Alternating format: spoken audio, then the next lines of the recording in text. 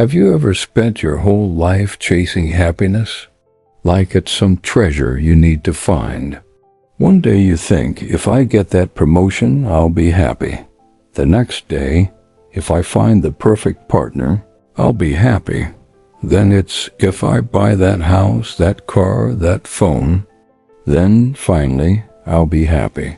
We're constantly setting up conditions for our happiness, always placing it just over the horizon, always in the future. But what if this whole search is fundamentally flawed? What if happiness isn't something you find, but something you are? This is a powerful idea championed by the yogi and mystic Sadhguru. His message is simple, yet profound. Stop searching for happiness. It sounds counterintuitive, right? Why would we stop looking for the one thing everyone seems to want? But let's break it down. When you say you're pursuing happiness, you're making a huge assumption. You're assuming that you don't have it right now. You're treating happiness like a destination, a thing to be acquired from the outside world. But think about it. Is happiness really an external commodity? Is it something you can buy at a store or get from another person? Not really. The things we chase, money, relationships, success, are just stimuli. They might trigger a pleasant sensation for a while, but it's temporary. The new car gets old. The excitement of the promotion fades. Even the most wonderful relationships have their ups and downs. If our happiness depends on these external factors, we're setting ourselves up for a roller coaster ride of emotions, constantly at the mercy of life's unpredictable nature. Sadhguru points out a fundamental truth about our human experience. Every single experience you have, whether it's joy, misery, peace, or agitation, happens within you.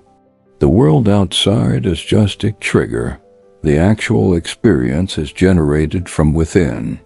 Your joy is your joy. Your misery is your misery. No one else can experience it for you. So if the source of the experience is within you, where should you be looking for the solution? Not out there, but in here. This is the core of the message. The problem isn't that happiness is elusive. The problem is that we're looking for it in all the wrong places. It's like having your keys in your pocket, but searching the entire house for them. You'll never find them that way. Happiness is not an achievement. It's your fundamental nature. When you were a child, you were just happy for no reason, weren't you? You didn't need $1 million or a fancy title to be joyful. You just were. It was your natural state. So what happened? Life happened. Society, education, and our own minds taught us to build layers of complexity around our natural state. We learned to believe that our worth and our happiness are conditional. We started making deals with life. I will do this, and in return, life, you must make me happy. But life doesn't make such deals. Life just is. Sadhguru suggests that instead of pursuing happiness, we should focus on creating the right inner conditions. He uses a beautiful analogy. If you want to grow a beautiful garden, you don't chase after flowers. You don't run around trying to stick flowers into the ground. It won't work. Instead, you cultivate the soil. You provide the right amount of water, sunlight, and nutrients. You create the right atmosphere. If you do that, flowers will bloom naturally. They will blossom on their own. In the same way, your inner world is like a garden. Your body, your mind, your emotions, and your energies are the soil. Instead of chasing the flower of happiness, you need to cultivate this inner soil. You need to learn how to manage your own system. This means becoming the master of your own thoughts and emotions, not their slave. Most of us let our thoughts and emotions run wild. A negative thought pops up and suddenly our whole day is ruined. Someone says something we don't like, and we're filled with anger or sadness for hours. We are constantly reacting to external situations. We have, in essence, given the remote control of our happiness to everyone and everything around us. Anyone can press a button and make you angry. Anyone can press another and make you sad. Is this any way to live? Is that freedom? The real path isn't about finding happiness. It's about removing the obstacles we've placed in its way. It's about engineering our interiority. This is what the science of yoga is all about. Not just the physical postures, but the entire system is a set of tools to help you take charge of your inner mechanism. It's about creating a chemistry of blissfulness within yourself. Think about it this way. Your body is a complex chemical factory. Every thought and emotion you have creates a certain chemical reaction in your body.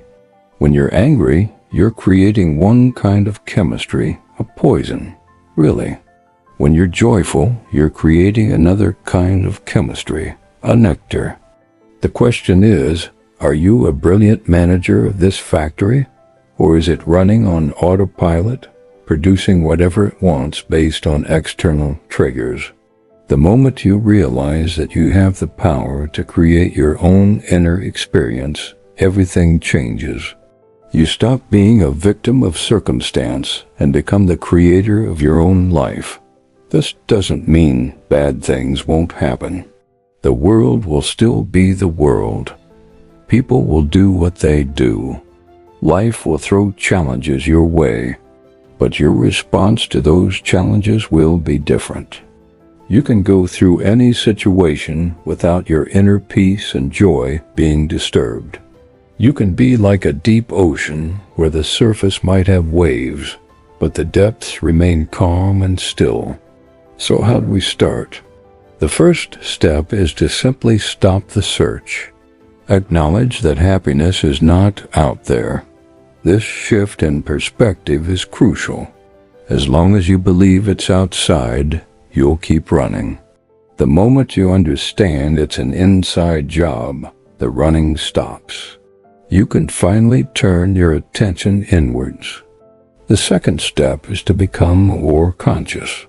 Pay attention to your thoughts, your feelings, your body. Most of us live our lives unconsciously, on a loop. Just by bringing a little awareness to your inner world, you start to see the patterns. You see how a small negative thought can spiral into a huge wave of misery. When you see it, you gain a little distance from it. You realize you are not your thoughts. You are the one who is aware of the thoughts.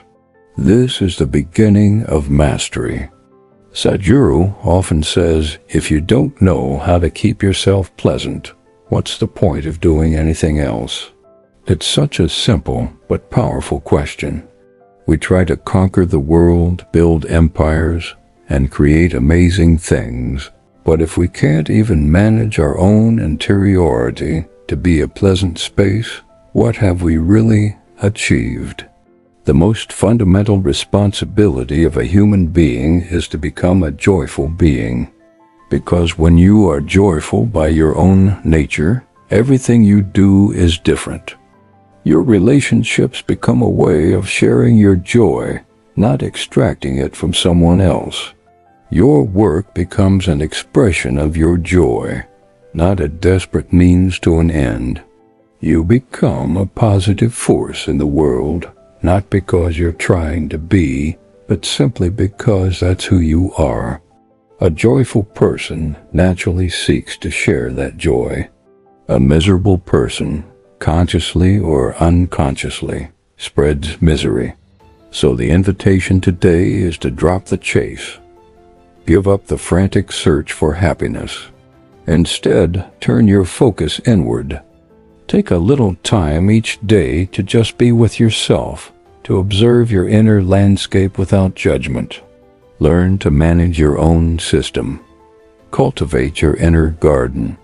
When you create the right conditions within you, happiness will not be something you have to find. It will be a natural fragrance that emanates from you. It will simply be your way of being.